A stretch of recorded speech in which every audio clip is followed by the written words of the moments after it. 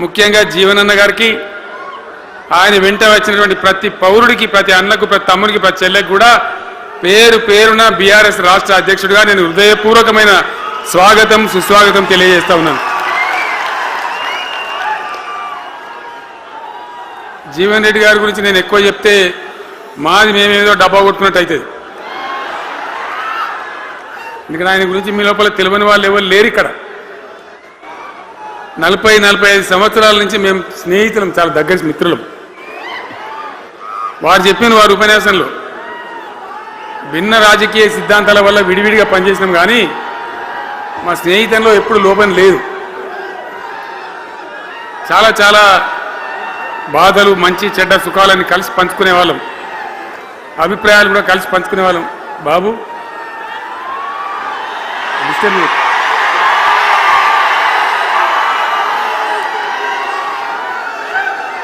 మంది లొల్లి పెట్టాను కూడా కాదు రావాను.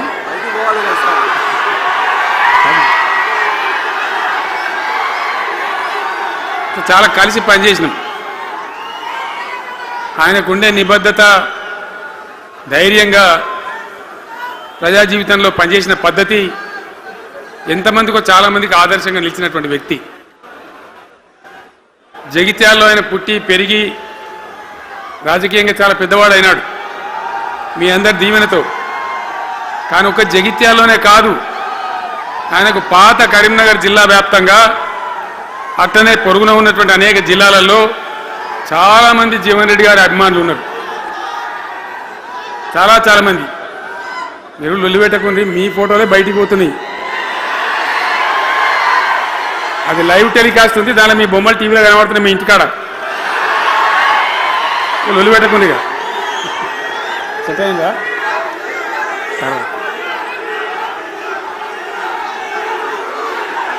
సో అట్లా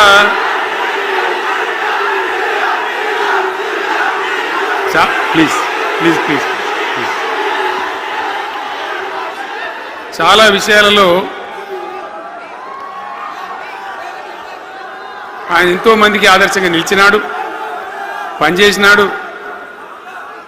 ఈ ప్రాంతం గురించి తన ప్రాణం పెట్టి పనిచేసినాడు. ఆయన మంత్రిగా ఉన్నా, ఇంకో హోదాలో ఉన్నా, ఎమ్మెల్యేగా ఉన్నా, ప్రతిపక్షంలో ఉన్నా తన ఏరియా అభివృద్ధిని ఏనాడు కూడా ఆయన విస్మరించలేదు. లేకపోతే అన్ని పర్యాయాలు మీరు ఎందుకు గెలిపించారు, ఎందుకంత గుండెల్లో పెట్టుకున్నారు? నేను ముఖ్యమంత్రి అయినా వారు ప్రజాప్రతినిధిగా కరీంనగర్లో జరిగినటువంటి సభకు వచ్చింది. అందరూ మాట్లాడిన చాలామంది, తాను మాట్లాడుతూ ఒకటే మాట కోరిండు, అయ్యాక బోర్నపల్లి అనే కాడ గోదావరి మీద ఒక బ్రిడ్జ్ అవసరం మాకు, అది కంపల్సరీ కావాలి అంటే నేను ఇక హోదాలు బిదాలని మర్చిపోయి ఏంది జీవన్న మళ్ళీ చెప్పండి అని చెప్పిండు ఆయన.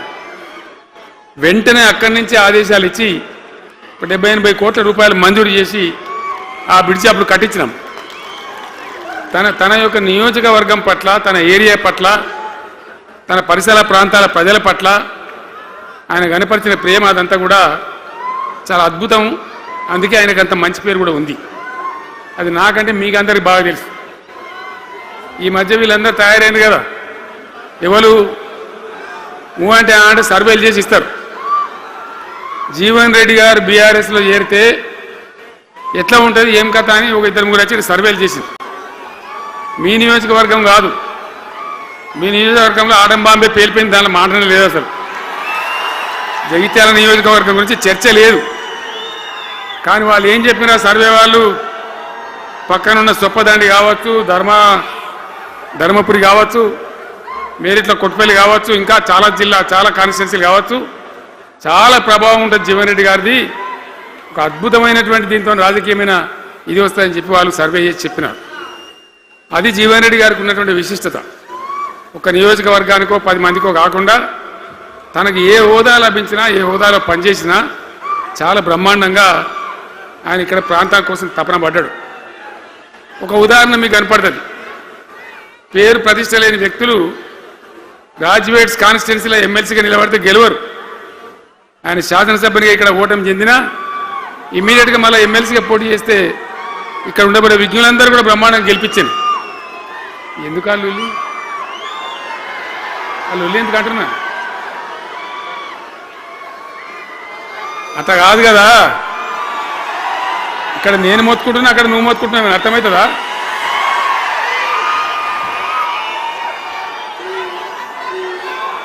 ఏయ్ ఆగవా ఆగవా బాబు, ఆవిడ వెనక ఊరేటోడు మనోడేనా? విజయసారు మనోడేనా? మోపాయింట్ ఐడియా కూడా మనోడేనా? మన బుక్కుండా పెట్టు. ఇంత దూరం వచ్చి మనం ఇంత సభ పెట్టుకొని 4 విషయాలు ప్రజలకు చెప్పుకోవాలి కదా, ఈ బట్టి అరుపులారిస్తే ఏం లాభం? సో అట్లా జీవన్ రెడ్డి గారు తన రాజకీయ ప్రస్థానాన్ని ఒక సమితి ప్రెసిడెంట్గా ప్రారంభించి ప్రజా సమస్యల మీద పోరాటం చేసి సివిల్ లిబర్టీస్లో కూడా అడ్వకేట్గా నాడు ఎంతోమందికి పౌర హక్కుల సంఘానికి కూడా మద్దతు ఇచ్చి అచ్చమైన నికార్సైనటువంటి ప్రజా కార్యకర్త నిరూపించుకొని అంచెలంచెలుగా ఎదిగి ఇంతకుముందే ఆయన చెప్పినట్టుగా అనేకమైనటువంటి పదవులు ఆయన చూసినాడు. పదవులు ఆయన కొత్త కాదు, బ్రహ్మాండంగా శాసనసభ్యుని గెలవడం, మంత్రి పదవులు అలంకరించడం, అనేక రంగాలలో అనేక రకాలుగా పనిచేయడం అంతా కూడా మీకు తెలుసు. నేను కొత్తగా చెప్పే అవసరం లేదు. నేను ఒక్కటే మాట మీకు మనవి చేస్తా ఉన్నా. జీవన్ రెడ్డి గారు నేను మొన్న కలిసినప్పుడు ఒక మాట అనుకున్నాం. మేము ఎట్లా ముందుకు పనిచేద్దాం ఏంది, మేము ఇద్దరు మూలకోలం అనుకొని ఒక కుటుంబంలో అన్నదమ్ములాగా పనిచేద్దామని చెప్పిన నేను. ఇంత ప్రేమగా అంటే మనం ఒక కుటుంబంలాగా ఈ పార్టీకి బ్రహ్మాండమైన ఒక పిల్లర్స్ లాగా పనిచేసి ముందుకు తీసుకొని పోదామని చెప్పి నేను చెప్పడం జరిగింది. ఈరోజు పార్టీలో వారు చేరిన వెంటనే చాలా బ్రహ్మాండమైనటువంటి మనకు ఒక ఊపు వస్తూ ఉంది. నేను జీవన్ రెడ్డి గారిని కోరుతా ఉన్నా, జగిత్యాల మందం కాదు, జగిత్యాల జిల్లా కాదు, పాత కరీంనగర్ జిల్లా కాదు, మీరు ఆదిలాబాద్ చూడాలి, నిజామాబాద్ చూడాలి, పరిసర జిల్లాలు చూడాలి. పార్టీ ప్రధాన కార్యదర్శిగా ఈ నిమిషం నుంచి నేను అపాయింట్ చేసుకుంటా ఉన్నాను. బ్రహ్మాండంగా ఈ ప్రాంతం అంతా కూడా మీ సేవలు అవసరం ఉన్నాయి పార్టీకి. అదే కాదు, 600 ఏది ఏమైనా ఏమవుతుంది, 100% మళ్ళా బీఆర్ఎస్ గవర్నమెంట్ వస్తుంది. వస్తుందా? వస్తుందంటూ చేయలేవాటి ఒకసారి కెమెరాలు కట్ట దింపుకున్నారా బాబు? వస్తుంది కదా. ఇవాళ జీవన్ రెడ్డి గారు పార్టీలో బాబు కౌశిక్ రెడ్డి ఇద్దరు ఆగబట్టరు వాళ్ళు.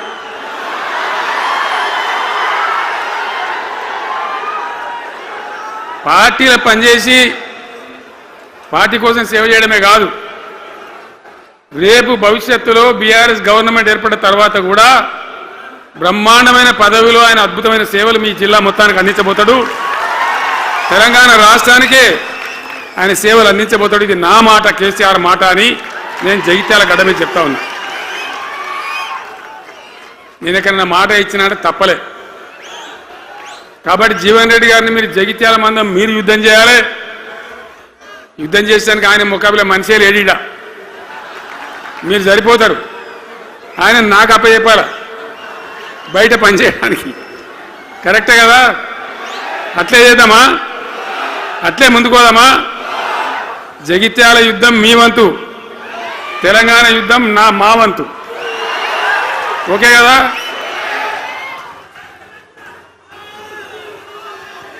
ఇప్పుడు ఏమైతుంది? ఏం కావాలి?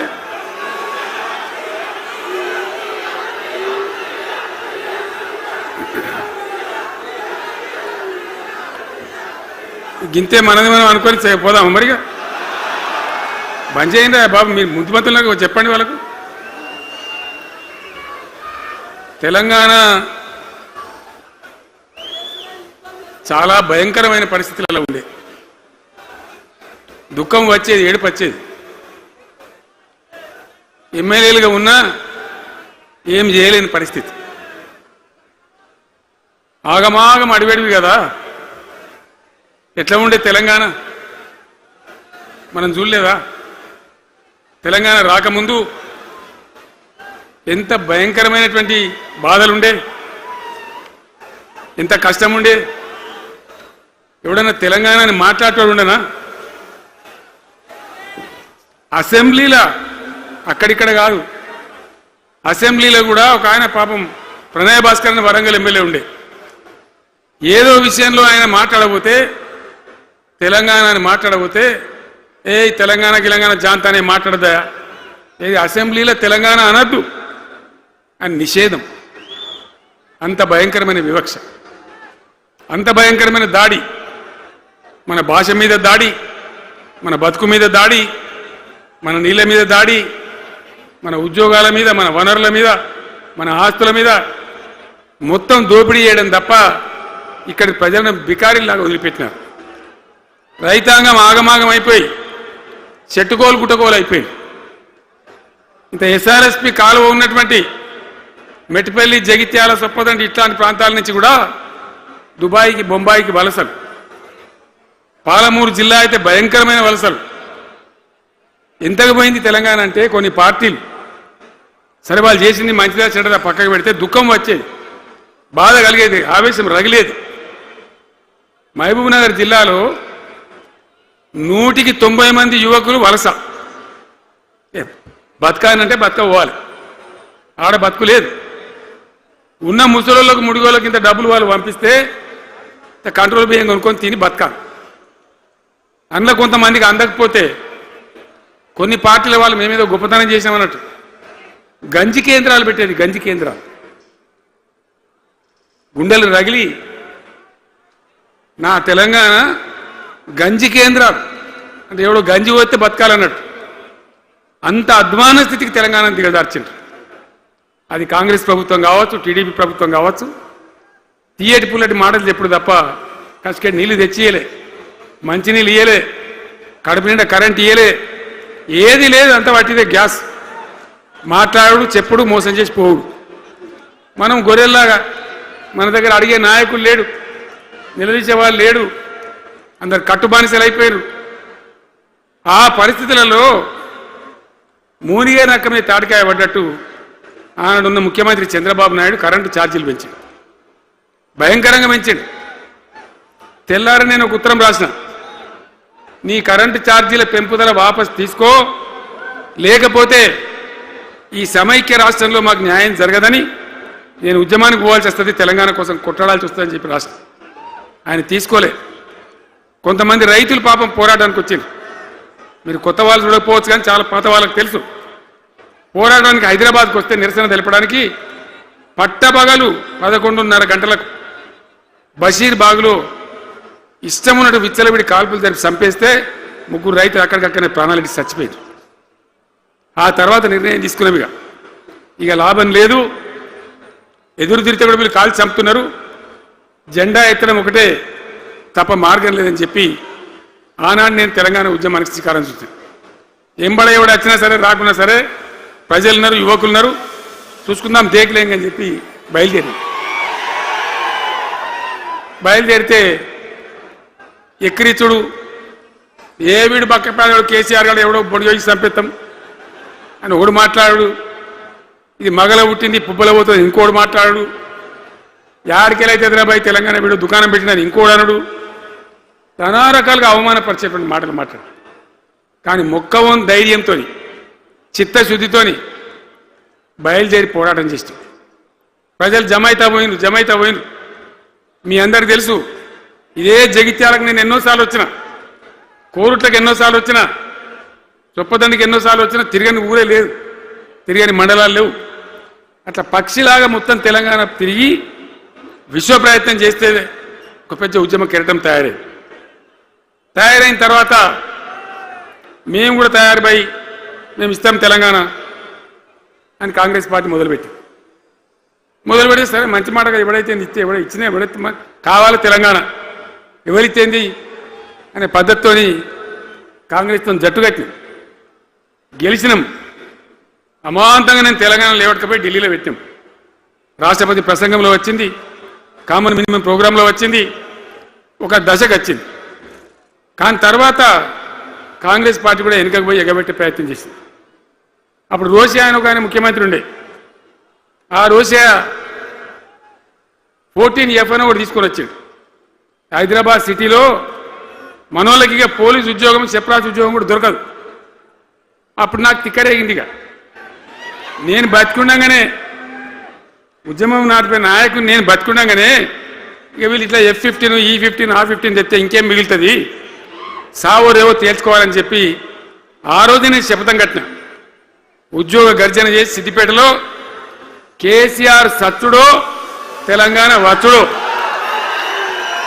ఈ తల్లి ఆందకనే మంచిగా దేకలేంగని చెప్పి ఆ శపథం చేసి ఆనాడు ఆమరణ నిరాహార దీక్షకు బయలుదేరితే మొత్తం తెలంగాణ అల్లకల్లోలమైంది. మీరు కూడా ఎక్కడో అక్కడ వందల వేల గ్రామాలలో టెంట్లు లులులు పార్లమెంట్లో అల్లకల్లోలం ప్రజలంతా గందరగోళం చేస్తే అప్పుడు ఒక ప్రకటన ఇచ్చింది. చిదంబరం అంటే ఆయన వచ్చి హోంమంత్రి తెలంగాణ ఏర్పాటు చేస్తామని నువ్వు దీక్ష బంద్ చేయి. నమ్ముతాం కదా, కేంద్ర హోంమంత్రి చెప్పినాక మరి నమ్మాలి కదా. దీక్ష బంద్ చేసినాం. తెల్లారి ఆంధ్రోలు మొత్తం రాజీనామాలు డ్రామా. మూడో రోజుకి మళ్ళీ వెనక్కి వెళ్ళిపోయింది. మళ్ళీ అప్పుడు జేఏసీ తయారు చేసి అన్ని పార్టీలను పెట్టి నానా తంటాలు పడి మళ్ళొక 3.5 ఏళ్ళు భయంకరంగా కొట్లాడితే మీరందరూ ఎక్కడి వాళ్ళు అక్కడ ఆశీర్వచనం ఇస్తే మీ ప్రేరణతోని మీ స్ఫూర్తితోని చివరికి తెలంగాణ రాష్ట్రం వచ్చింది కదా. వచ్చిన తర్వాత మీరేం చేసినారు, దీని మంచో చెడనో చూసే బాధ్యత నీకే అని చెప్పి నాకు అప్పచెప్పి పని మొదలు పెట్టాలి. ఎట్లా కొత్త కుండలో ఈగలు వచ్చినట్టు. దీని ఆర్థికం తెలియదు, కథ తెలియదు, చాలా చాలా కష్టమైనటువంటి క్లిష్టమైన పరిస్థితి. అంత అలకటి పని కాదు. ఏం చేయాలా, ఎక్కడికక్కడ పెద్ద భయంకరమైనటువంటి బాధ, చాలా ఇబ్బంది. ఇదే జిల్లాల తాటిపల్లిలో చాటిపల్లి ఉంటుంది, చొప్పదండి మండలంలో జిఆర్ రెడ్డి గారు అని చెప్పి పెద్ద ఆర్థిక శాస్త్రవేత్త. ఆయన బీహార్లో పనిచేస్తూ ఉండే. నేనే స్వయంగా జిఆర్ రెడ్డి గారికి ఫోన్ చేసి, అన్న మన సొంత రాష్ట్రం వచ్చింది, మనం బాగు చేసుకోవాలి, మీరు రావాలి అని పిలిపించుకొని అట్లాంటి వాళ్ళందరినీ సమూహపరచుకొని ఒక ఎజెండా వేసుకొని బయలుదేరి. అంతకుముందు సమైక్య రాష్ట్రంలో మొత్తం తెలంగాణ చెరువులు నాశనం చేసింది.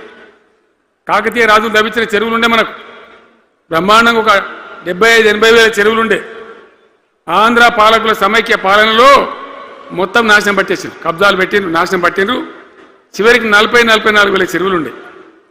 ఎక్కడ మొదలు పెట్టాలి, ఎవరి పేరు పెడితే బరకత అవుతుంది అని ఆలోచించి ఏ కాకతీయ రాజులైతే మనకు అన్నం పెట్టినరో వాళ్ళ పేరుతో ఇది బాగా చేయాలని చెప్పి మన మొట్టమొదటి కార్యక్రమం మిషన్ కాకతీయ. ఎందుకు మిషన్ కాకతీయ? ఆ చెరువులో దరిద్రం వదిలిస్తే, వాటిని బందోబస్తు చేస్తే, వాటిలో నీటి నిల్వ సామర్థ్యం పెరిగితే గ్రౌండ్ వాటర్ పెరుగుతుంది, బోర్లు బాగా నీళ్ళు వస్తాయి. కాబట్టి అక్కడి నుంచి ప్రారంభించి చేసినాం. అది కూడా తెలంగాణ ప్రజలు, రైతులు ఒక ఉద్యమంలాగానే చేశారు. మట్టి తీసుకొని పోండి, సారవంతంగా ఉంటుంది, మీ పొలాలలో పోసుకోమంటే లక్షల ట్రాక్టర్ల మట్టి తీసుకొని పోయింది తెలంగాణ రైతాంగం. అన్ని గ్రామాలలో ఒక విప్లవం లాగా ఆ మట్టి తీసుకొని పోయి వాళ్ళ భూములలో పోసుకొని కూడా బ్రహ్మాండంగా చేసింది. అక్కడి నుంచి మొదలుపెట్టినటువంటి ప్రస్థానం 10 ఏళ్లలో ఎన్ని చేసినామో మీరు చూసారు. బట్టి మాటలు మాట్లాడు గప్కాలు కొట్టుడు కాకుండా నేను ఒక్కటే మాట మిమ్మల్ని అడుగుతున్నా, మీరందరూ కూడా చూసారు.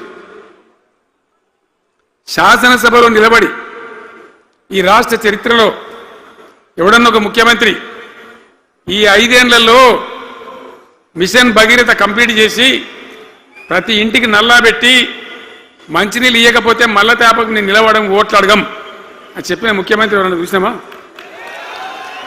నేను చెప్పిన మాట అసెంబ్లీలో నిలబడి చెప్పి ఆ 5 ఏళ్లలో మిషన్ భగీరథ నీళ్లు తెచ్చి 100% కులం మతం సంబంధం లేకుండా తండాలు మారుమూల పల్లెలకు కూడా ప్రతి గ్రామానికి ట్యాప్ పెట్టి, ప్రతి ఇంట్లో ట్యాప్ పెట్టి మంచి స్వచ్ఛమైనటువంటి నీళ్ళు తెచ్చిచ్చింది. 5 ఏళ్ళు నడిచింది, నడవలే. మిషన్ భగీరథ నీళ్ళు పుష్కలంగా రాలే, ఏమన్నా రాలేదా? వచ్చినాయా? మరి ఇప్పుడు ఏం రోగం పుట్టింది నాకు అర్థం కాదు. ఇప్పుడు ఎందుకు గుంటుతుంది అది?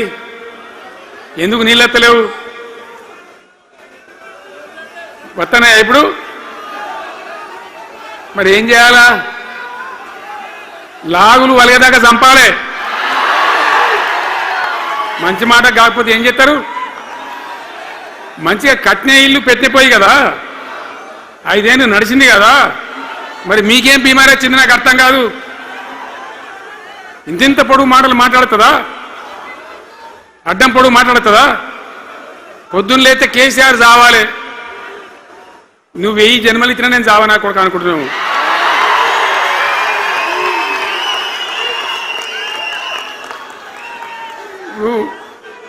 ఉట్టి మీద దాచిపెట్టింది,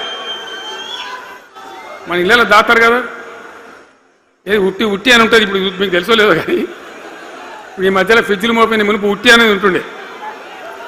ఎండిపోయిన చేపలోకి నీ రొయ్యలో అవి ఉంటే వరుగులు ఉంటే దానిలో పెడుదురు. పిల్లికి అందదా ఉట్టి, కింద కూసుకొని శాపం పెడతా ఉంటుంది, తెగాలే పడాలి తెగాలే పడాలి. పిల్లి శాపానికి ఉట్టి తెగుతుందా? మరి విధవారు కేసీఆర్ చావాలంటే కేసీఆర్ దత్తడా? మీ దీవెన మీ ఆశీర్వచనం ఉంటే జీవన్ రెడ్డి గారు అన్నాడు, నాకు 75 ఏళ్ళు వచ్చినాయి. జీవన నేను చెప్తున్నా, నాకు కూడా 77 వచ్చినాయి. నీ వెనకనే నేను కూడా లైన్లోనే ఉన్నా. నేను ఒక్కటే మాట చెప్తున్నా, ఈ మా దేశభాష శ్రీనివాసేమో నాకు ఇంత పెద్ద కట్ట రాసి ఇచ్చాడు, నువ్వు మాట్లాడాలి ఇవన్నీ. అవన్నీ కాదు, ఇక్కడ దరిద్రం పోయేదాకా, ఇక్కడ టాప్ టు బాటం అన్ని వర్గాల ప్రజలు ఇది మా తెలంగాణ, మేము గర్వంగా బతుకుతాం, సంతోషంగా బతుకుతాం, అన్ని వర్గాల ప్రజలు తలెత్తుకొని వచ్చేదాకా మనం సేవ చేయాల్సిందే, చివరి శ్వాస దాకా కూడా చేయాల్సిందే, తప్పనే తప్పదు. బ్రహ్మాండంగా ముందుకు తీసుకొని పోవాలి. మీరు కూడా నాకు 75 వచ్చిందే కాదు, ఇవాళ మీరు 50-25 ఏళ్ళు తగ్గిపోయింది మీ వయసు. అంత యువకునిలాగా అంత ఉత్సాహంగా ముందుకు దూసుకొని పోదాం. తెలంగాణ ఎట్లా మంచి దాని సంగతి చూద్దాం. ఇప్పుడు అన్నీ ఒక పొదరిల్లాగా చేసినాం. కరెంటు చక్కగా ఉండేనా కేసీఆర్ రాకముందు? కరెంటు ఉండేనా? కేసీఆర్ ఉన్న రోజులు మంచిగా ఉండేనా? మరి మళ్ళీ ఇప్పుడు ఏం రోగం వచ్చే, ఏం బీమారి వచ్చే? కరెంటు కాకెత్తుకొని పోయిందా? ఆనాడు 7000 మెగావాట్లుంటే ఒక ఏడాది లోపల మంచిగా చేసి 24 గంటల కరెంట్ ఇచ్చినాం, ఒక క్షణం కూడా పోకుండా. ఎప్పుడైనా రిపేర్ అవుతుంది తప్ప, టెక్నికల్ ప్రాబ్లం అవుతుంది తప్ప పోకపోతుండే. అంత మంచి పవర్ సప్లై చేసినాం. దాని తర్వాత యాదాద్రి, భద్రాద్రి ఇంకా చాలా కొత్త సబ్స్టేషన్లు నిర్మాణం చేసినాం, జనరేటింగ్ స్టేషన్లు పెట్టినాం, 20,000 మెగావాట్లు తీసుకొని పోయినాం.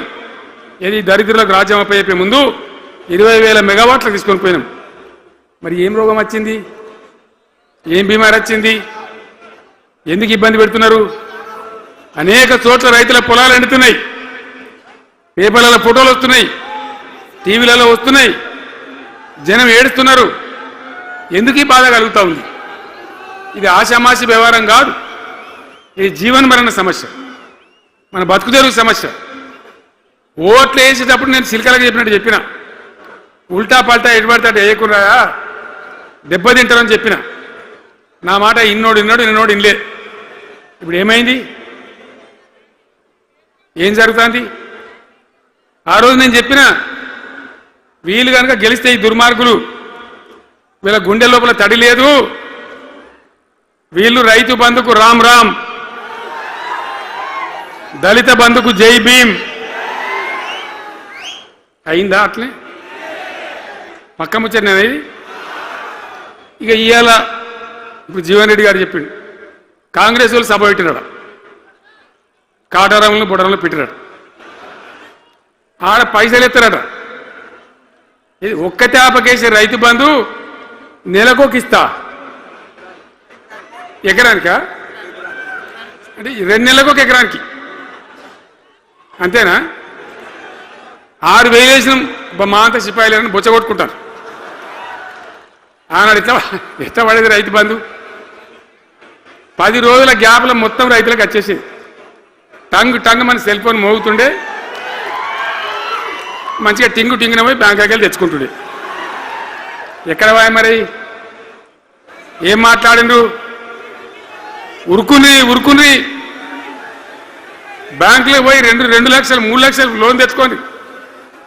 తెల్లారే ఆనాడే సంతకం పెడతాం, లోన్లన్నీ మాఫీ అయినాయా? ఇట్లా అడ్డగోలు నోటికొచ్చిన మాటలు చెప్పి, ఇష్టం వచ్చిన కథలు చెప్పి అర్రాసు పాడవన్నట్ట. కేసీఆర్ 10,000 ఇస్తాడా, మేము 15 ఇస్తాం. పెన్షన్లు 2,000 ఇస్తాడా, మేము 4,000 ఇస్తాం. వికలాంగులకు 4,000 ఇస్తాడా, మేము 6,000 ఇస్తాం అనే వరకల్లా మన వాళ్ళు మోసపోయి. నేను చెప్పిన ఇది మోసంరా నాయన, గోసపడతాము, ఇది అయ్యేది కాదు, ఆర్థిక పరిస్థితి లేదు అని నేను చెప్పిన ఆ రోజే మీటింగ్లలో చెప్పిన. కానీ కొద్దిమంది ఆశపడితే ఏమైంది, 1.7%తో బీఆర్ఎస్ ఓడిపోయింది. మనం కూడా 39-40 ఎమ్మెల్యేలు గెలిచినాం, ఇంకో 10 మంది కొద్ది తేడాతోనే ఓడిపోయింది. అయితే 1.7% తేడాతోనే బీఆర్ఎస్ ఓటమి పాలైంది. సరే, మంచి మాట. మరి వచ్చిన ప్రభుత్వం పనిచేయాలి కదా, వాళ్ళకు కూడా అవకాశం ఇవ్వాలి కదా. సరే, మన నాన్న వాడో కొంత దుంకులాడినా నేను మాట్లాడలే, నీ బయటికే రాలే, తక్కువ 1-2 సార్లు తప్ప రాలే. వాళ్ళకు కూడా ఛాన్స్ ఇవ్వాలి, అవకాశం ఇవ్వాలి. మనం ఎక్కసంతో ఉండొద్దు, చేయని ఏం పరిపాలన చేస్తారో చేయని, మంచిదే కదా అని చెప్పి అనుకున్నాం. మరి ఏమైతుంది, ఎక్కడ చూసినా చిల్లర మాటలు తప్ప ఒక్కటంటే ఒక్కటన్నా నిర్మాణాత్మకమైన కార్యక్రమం ఉందా? ఒక్కటన్నా ఏదైనా గొప్ప స్కీమ్ మొదలుపెట్టిందా? ఒక పొదరిల్లులాగా వడ్డించిన విస్తరలాగా తెలంగాణ మీకు అప్పచెప్పింది. ఎన్నిటల్లో నంబర్ 1 తెలంగాణ, మంచినీళ్ళ సప్లైల నంబర్ 1, కరెంటు సప్లైల నంబర్ 1, పర్ క్యాపిటల్ తలసరి ఆదాయంలో నంబర్ 1, రాష్ట్ర స్థూల ఉత్పత్తి జిఎస్డిపిల నంబర్ 1. ఎన్నిట్లలో కేంద్ర అవార్డు రావాలి. అంత బాగా చేసిన తెలంగాణ 2.5 ఏళ్లలో ఇలా ఎవ్వని మాట్లాడించిన రైతులను మాట్లాడితే గొడవ వైడుతున్నారు. నాశనం అయిపోయిందన్న, చెడగొట్టుకున్నాం, మా చెప్పుతో మేమే కొట్టుకుంటాం ఓటున్న వాళ్ళు కొంతమంది బాధపడి. ఎందుకు? ఎంత మంచిగా కడుపుల చల్లగదల కూడా రైతులకు ఎట్లుండే, ఎంత బాగుండే. కరెంటుకు బాధ ఉండేనా, నీళ్ళకు బాధ ఉండేనా? యూరియా బస్తాలు ఇయ్యే శాతం అయితే లేదా ఈ ప్రభుత్వానికి? యూరియా బస్తాలు కావాలి రాబోయంటే యాప్ పెట్టినా ఉంటాడు. దుకాణంలో లేకపోతే యాప్లకి వెళ్తాయా? ఈ దమ్ముంటే తెచ్చి దుకాణంలో పెట్టాలి, కానీ ఆ యాప్లు పట్టుకొని తిరిగితే కాళ్ళకు వాపులు వస్తాయి, బస్తాలు మాత్రం దొరుకుతలేవు. నిజమేనా నేను చెప్పేది?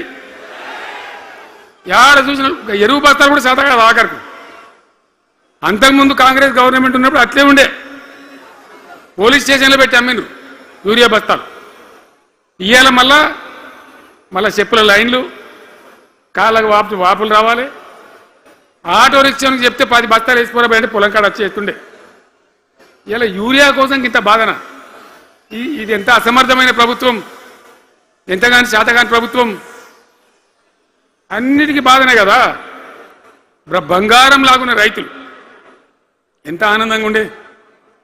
వానాకాలం పంటలు పండితే తడిసిన ధాన్యం కాడికెళ్ళి కొని మొత్తం బ్రహ్మాండంగా రైతులకు డబ్బులు బ్యాంకులు వేసేది, మధ్య దళారు లేకుండా. మా గంగుల కమలాకర్ వేసేది, చేయి మీద కూర్చున్నాడు సివిల్ సప్లైస్ మినిస్టర్గా, కొట్లాడి తీసుకుపోయి వేసేది. రైతులకు ముందుగా పోవాలి, వాళ్ళు పోయి మళ్ళీ సెకండ్కి పని చేసుకోవాలి. ధాన్యం అమ్మిన డబ్బులు వచ్చేది, ఇటు రైతు బంధు పైసలు వచ్చేది. రైతులు మోతాదు లేకుండ్రి, మంచిగా పనిచేసుకున్నారు. ఇప్పుడు ఏమైంది? ఎరువు అనే యాపు, రైతు బంధు కోసం మొగులు చూడాలా, అది నెలకో ఎకరానికి వస్తుంది. ఇప్పుడు జగిత్యాల కేసీఆర్ సభ అంటే మళ్ళీ ఇలా పైసలు విడుదలన్నట్టు. రైతు బంధు రావాలంటే మళ్ళీ సభ పెట్టను అయింది. 3వ కిస్తీ రావాలంటే మళ్ళీ ఏమన్నా కేసీఆర్ సభ పెట్టాలి ఇక, అంతేనా?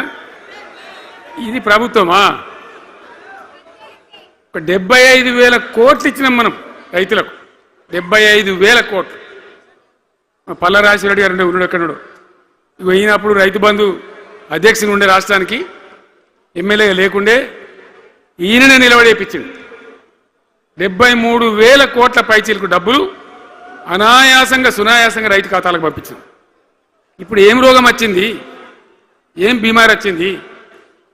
అచ్చా, ఇంకో మాట మీరు నాకు చెప్పాలి. ఈ కాంగ్రెస్ సిపాయిలు ఏం మాట్లాడదు ఎలక్షన్లో?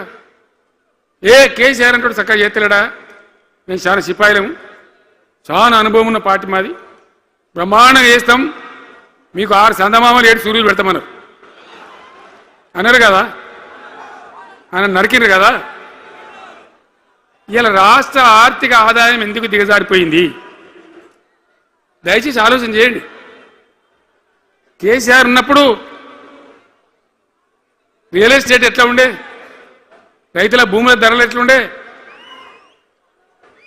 హైవే పక్కకుంటే 2 కోట్లు 3 కోట్లు, డాంబర్ రోడ్ పక్కకుంటే ₹1 కోటి ధీమా ఉండే రైతులకు.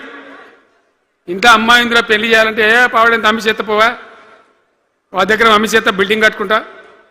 ఈరోజు అమ్మేటోడు ఉన్నాడు కానీ కొనేటోడు లేడు.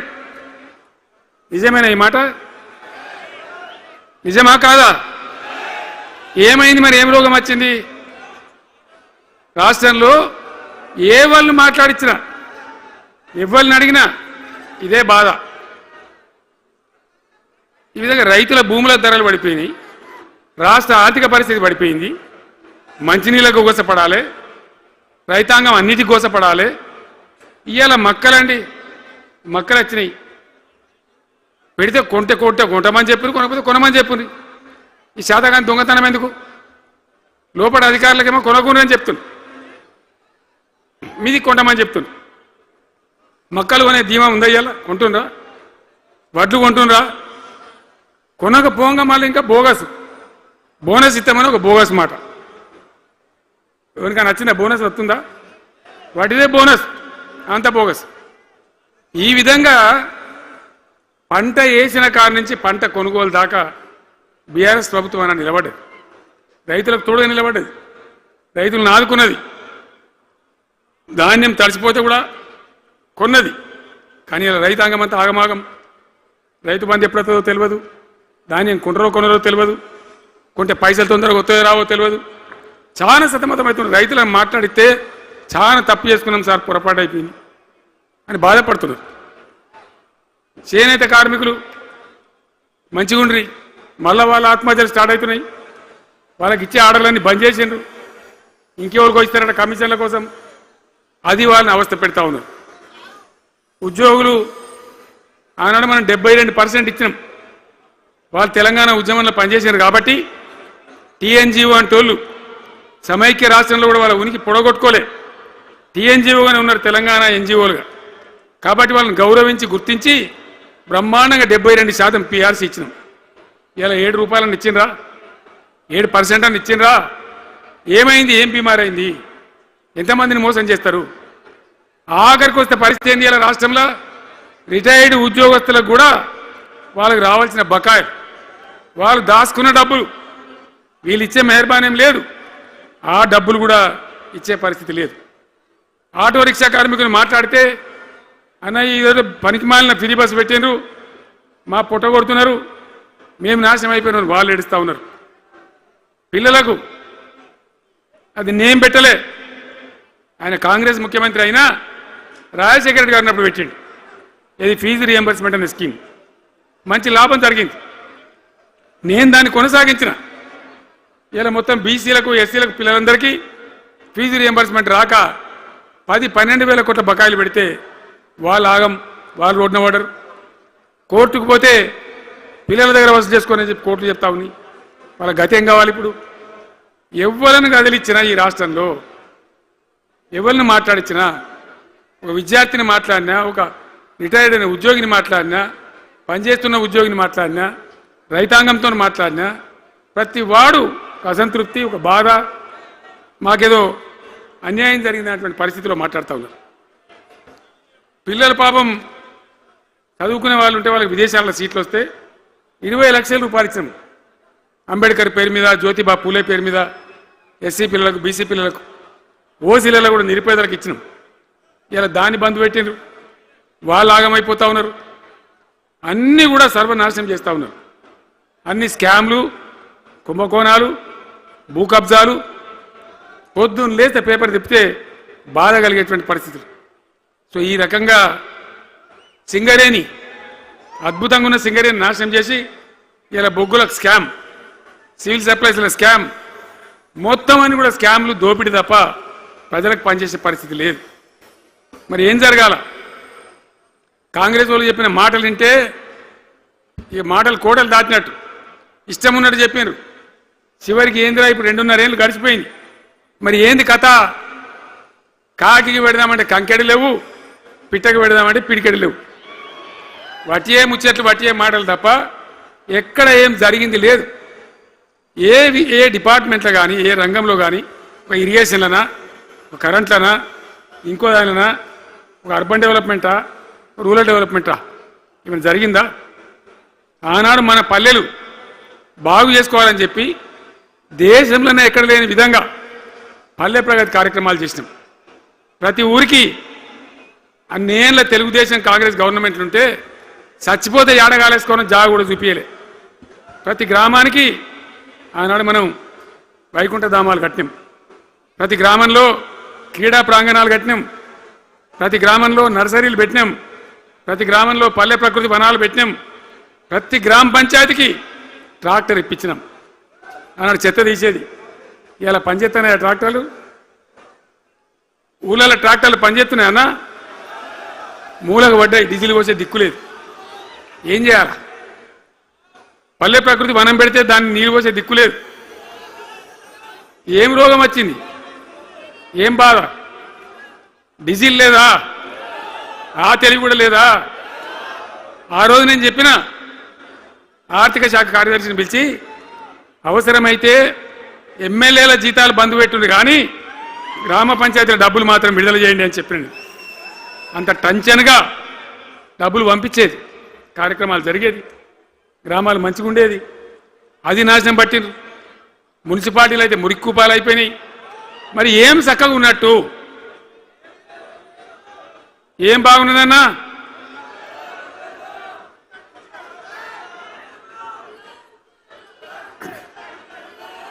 అందుకే జీవన్ రెడ్డి గారు లాంటి సీనియర్ నాయకుడు, అనుభవం ఉన్న వ్యక్తి నోటికెళ్ళి ఏం మాట వచ్చింది? కాంగ్రెస్ పోవాలి, బీఆర్ఎస్ రావాలి. ఎందుకు వస్తుంది ఆ మాట? వటిగానే వస్తుందా? బాధ్యత లేకుండా వస్తుందా? ఏది చూసినా కూడా చక్కదనం లేకపోతే, పొద్దున్న లేతే దోపిడి తప్ప ఇంకోటి లేకపోతే ఎందుకు ఈ పరిస్థితి వస్తుంది? రాష్ట్ర ఆర్థిక పరిస్థితి నాశనం, ఉద్యోగస్తులు ఆగం, రిటైర్డ్ ఉద్యోగస్తులు ఆగం, విద్యార్థుల జీవితాలు ఆగం, ఆటో కార్మికుల జీవితాలు ఆగం. ఎవరు చక్కగా ఉన్నాడు? సంతృప్తి ఎవరున్నారు? ఏం జరుగుతూ ఉంది? ఇది ఈ రాష్ట్రంలో ఉన్న పరిస్థితి. ఇక నేను చెప్పానంటే తెల్లారిదాకా చెప్పచ్చు. నేను ఒకటే మీద మనవి చేస్తా ఉన్నా, ఖచ్చితంగా మళ్ళా ఎట్టి పరిస్థితులలో ఎవరు ఏమన్నా సరే ఖచ్చితంగా రావాలి. ఇంకా ఈ అందానికి ఒకటి బోడముండ హైడ్రాని తెచ్చిపెట్టింది. దానికి ఆ హైడ్రాకు ఆ పిసిసి ప్రెసిడెంట్ అనుకోడు ఆయన, కాంగ్రెస్ కమిటీ అధ్యక్షుడు, ఆయన నిజామాబాద్లో పోయి చెప్తుండు, హైదరాబాద్లో హైడ్రా, నిజామాబాద్ కూడా తెత్తాం బిడ్డ, నిజామాబాద్లో నిడ్రా, రేపు జగిత్యాలలో కూడా జిడ్రా అంటాడు. ఇక అది ఏం కావాలి? మొత్తం పేదల కొంపలని కూల్చుడేనా? కేసీఆర్ రాజ్యానికి వచ్చినప్పుడు 3.5 లక్షల మందికి పేదలు ఎక్కడ ఉన్నారో అక్కడనే పట్టాలు ఇచ్చినాం. వాళ్ళని ఆగం చేయకుండా పాపం గరీబోళ్ళు 3.5 లక్షల కుటుంబాలకు హైదరాబాదు చుట్టుపక్కల వేరే పట్టణాల్లో కూడా పట్టాలు ఇచ్చిన, వాళ్ళని బతకనిచ్చినాం. ఇలా ఏం కూలగొట్టుడు? అది పుస్తకాలు కూడా తీసుకుని పోరాలు చదువుకునేటి అంతే గిరితమా? నేను ఒక్కటే మాట మనం చేస్తా ఉన్నా, గ్యారంటీగా బీఆర్ఎస్ గవర్నమెంట్ వచ్చేది ఖాయం. మొట్టమొదటి రోజులనే ఈ ఐటాంటోని ఎత్తి అవతల వరేస్తామని చెప్పి నేను మనం చేస్తా ఉన్నా. తీసేయన్న దాన్ని, ఐటాన్ని తీసేయనన్నా? పక్క మాటనా? మళ్ళా మొదలు పెట్టిరా? ఇక జరాగు, 5 నిమిషాలు అయితే అయిపోతుంది. హైడ్రాని పీకేసి మొదటి సంతకంతోనే తీసి చెరువులో వాడేస్తాం దాన్ని. ఇప్పుడు మనం చేయలేని 46,000 చెరువులు మంచిగా చేసినాం. ఏమన్నా గుడిసె కూడా కొలగొట్టినామా? ఇల్లు కూడా కొట్టినామా? ఇదేమి ఇచ్చేంతరం నాకు అర్థం కాదు. మూసి అని దాని ఎంబడి వాడారు, దానికి ఆడ గరీబులు ఉంటారు పాపం. మూసి ఎంబడిన గరీబులను వాళ్ళని ఏమి ఏడిపించడు? పొద్దున్న లేతే వాళ్ళు నిద్రపోకుండా వాళ్ళ కంటి మీద కొనుక్కు లేకుండా అది ఎవడు చేసే ప్రాజెక్ట్ అయ్యేది కాదు, పీకేది అవుతుందా? 15,000 ఇల్లు కూడా కొడతారట. ధర్మమేనా అది? ఈ రకంగా ఒకటి పనికి మాలిన హైడ్రా తెచ్చి మూసి అది చెయ్యాలి, మూసి మంచిగా చేయాల్సిందే వద్దనే వాడు అన్నాడు. అన్ని వేల ఇల్లు కూడా కొట్టడం ఎందుకు నాకు అర్థం కాదు. అలా ఏం లేదు, భూములు కబ్జా పెట్టే రియల్ ఎస్టేట్ దందా తప్ప దానిలో ఏం లేదు.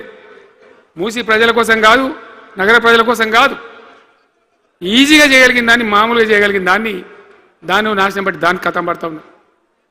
ఏది చూసినా కూడా ఒక రకమైన దోపిడీ, ఒక రకమైనటువంటి గుండాగిరి, అరాచక వ్యవస్థతో ముందుకోతున్నారు తప్ప ప్రజా సంక్షేమాన్ని కాంక్షించి ఒక్క స్కీమ్ కూడా రాలే.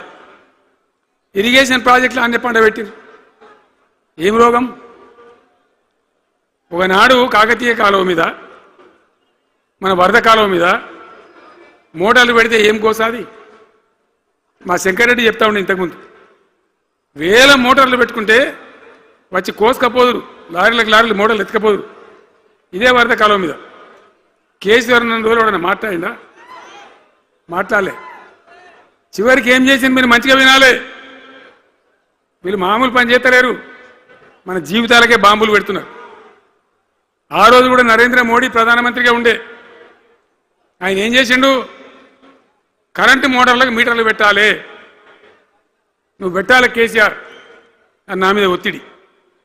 నేను చెప్పిన నా పానం పోయినా సరే సచ్చినా సరే నేను మీటర్ పెట్టా అని చెప్పిన. పెట్టలే. 30,000 రూపాయలు కట్ చేస్తే నీకు అన్నాడు, కట్ చేసిండు. రాష్ట్ర ప్రభుత్వానికి వచ్చేటువంటి ఆదాయం 30,000 కోట్ల రూపాయలు వదులుకొని కూడా తెలంగాణలో నేను కరెంటు మీటర్ పెట్టనియలే. నేను ముఖ్యమంత్రి ఉన్నాను రోజు. ఇవాళ ఏం చేసింది తెలుసా వీళ్ళు మీకు? మీకు తెలియలే, మీరు అమాయకులున్నారు. ఢిల్లీకి పోయి ఒప్పుకున్నారు. ఒప్పుకొని ఏం చేసిండ్రు? అయ్యా బాంచని మీటర్లు పెడతాము, మాకు ఆ పైసలు ఇయ్యండి, కేసీఆర్ వద్దన్నారు కదా మేము తీసుకుంటాము అని ఆ డబ్బు తీసుకొని వీళ్ళే ఈ గవర్నమెంట్ పోయి సంతకం పెట్టింది. ఇప్పుడు మొదలైతే ఇప్పుడు వస్తాయి మీటర్లు. ఎదుర్కొందామా? మీటర్ల ఎదురుపాటును యుద్ధం చేద్దామా? కొట్లాడదామా? ఏమన్నాం మనం? నాకు అర్థం కాదు. రైతులు మంచిగా ఉండాలి, వ్యవసాయం మంచిగా ఉండాలి, పల్లెలు బాగుండాలి, వృత్తి పనులు బాగుండాలి. ఇప్పుడు యాదవులకు గొర్రెలు ఇప్పించినాం. ఇప్పుడు వస్తున్నాయా గొర్రెలు? వినబడతలేదు. బంద్ అయినాయా? ఎందుకు బంద్ అయినట్టు? మరి దానికి ఏం రోగం వచ్చే? మరి ఎవరికి ఇచ్చినట్టు? చేపలు పట్టే వాళ్ళ కోసం చేప పిల్లలు వేసినాం, ఇప్పుడు వేస్తానరా? మరి ఎవరికి చేసినట్టు? వృత్తి పని వాళ్ళకు ఉండదు, ఎవరికి ఉండదు. బీడీ కార్మికులు ఉన్నారు, నాకెవ్వరు దరఖాస్తు ఇయ్యలే, ఇవాళ అడగలే. అప్పుడప్పుడు మా తులవమ్మ చెప్పేది, అన్న వాళ్ళ పరిస్థితి బాగుండదు పేదరికంలోనని చెప్పేది. మా అంతటా మేమే ఆలోచించుకొని బీడీ కార్మికులకు పెన్షన్ తెచ్చినాం. మొత్తం భారతదేశంలో ఏ రాష్ట్రంలో ఇస్తారా? వాళ్ళకి పెన్షన్లు పెంచుతామని ఎగబెట్టినరా? వాళ్ళకు కాదు, ఎన్ని ఆశలు ఇంట్లో ఉన్న ఆడపిల్లకు 5 లక్షలు మహాలక్ష్మి అని పేరు పెట్టి 2,500 నెలకిస్తామని ఇచ్చిండ్రా? రూపాయి వచ్చిందా? అట్లా ఎన్ని? 6 గ్యారంటీలు, 420 హామీలు. స్కూటీలు ఎక్కడ వాయే? స్కూటీల్లో మనలో ఇంకా స్కూటీలు ఎక్కడి? ఏమన్నా నచ్చినాయా? మరి నేను ఏమంటున్నా అంటే దయచేసి మీరు ఆలోచన చేయాల్సింది, ఇలా ఈ సభలో మాట్లాడుతున్నా మీరు వింటున్నాను కాదు, యావత్ తెలంగాణ వింటున్నది. తెలంగాణ ప్రజలందరికీ నేను కోరుతాను, నేను చెప్పిన నిజమా అబద్ధమా? ఏం జరుగుతూ ఉంది తెలంగాణలో? ఈ సందర్భంలో ఖచ్చితంగా ప్రజల మంచిని కోరే ప్రతి వాళ్ళు ఒకటి కావాల్సిందే, మళ్ళా తెలంగాణ పునర్నిర్మాణ యజ్ఞం మళ్ళా ప్రారంభం కావాల్సిందే. దాన్ని ఎవడు ఆపలేడు. జర గాచారం బాలేకపోతే దెబ్బతింటాం, అంత మాత్రం చేత ఆగిపోతామా? ఊకుందామా? పోరాటం చేయాల్సిందే, వీళ్ళని నిలదీయాల్సిందే. ఖచ్చితంగా తెలంగాణ పునర్నిర్మాణ ప్రక్రియ, ఆ యజ్ఞం మళ్ళా ప్రారంభం కావాల్సిందే. తెలంగాణ ప్రజలు గెలిచి నిలవాల్సింది. మొత్తం ప్రాజెక్టు పండబెట్టినండి. పాలమూరు ఎత్తిపోతల పథకం 90% పూర్తి చేసింది. కొద్దిపాటి డబ్బుతో అయిపోతుంది. వలసల జిల్లా, కరువు జిల్లా, వాళ్ళ నాశనం పట్టింది. అన్ని అబద్ధాలు. ఒక్కటి కూడా ఒక క్రియాన్వితమైనటువంటి ప్రజలకు పనికొచ్చేటువంటి ఏ రకమైన నిర్మాణాత్మక పని లేకపోగా కూల్చివేతలు, కాల్చివేతలు, పోలీస్ దాడులు, ఎవడన్నా ఎదురుగా మాట్లాడితే మన పట్టుకపోవడు. ఇది రాజకీయమా? ఈ రకమైన కథన. దయచేసి మీ అందరితోని నేను కోరేది ఒకటే. చాలా సంతోషం, నేను జగిత్యాలకు వచ్చిన సందర్భంలో జీవన్ రెడ్డి గారు వెంట మీరు తండోపతండాలుగా తరలి వచ్చారు. సభలో ఉన్నదానికంటే బయట చాలా ఎక్కువ మంది ఉన్నారు. మేము రాగా చూసినాం, తొవ్వలో చాలా చీరి చేస్తూ ఉన్నారు. మీరు వచ్చిండ్రు. మీ అందరికీ మళ్ళొక్కసారి నేను స్వాగతం చెప్తా ఉన్నా. జీవనన్నతో పాటు బ్రహ్మాండంగా పనిచేద్దాం, ముందుకు పోదాం. ఈ జగిత్యాల జైత్ర యాత్రనే మళ్ళీ మన రాజకీయ శక్తుల పునరేకీకరణ చేసుకుంటూ మనం విజయం సాధించే వైపుగా పోవాలి. తప్పక విజయం సాధించాలి.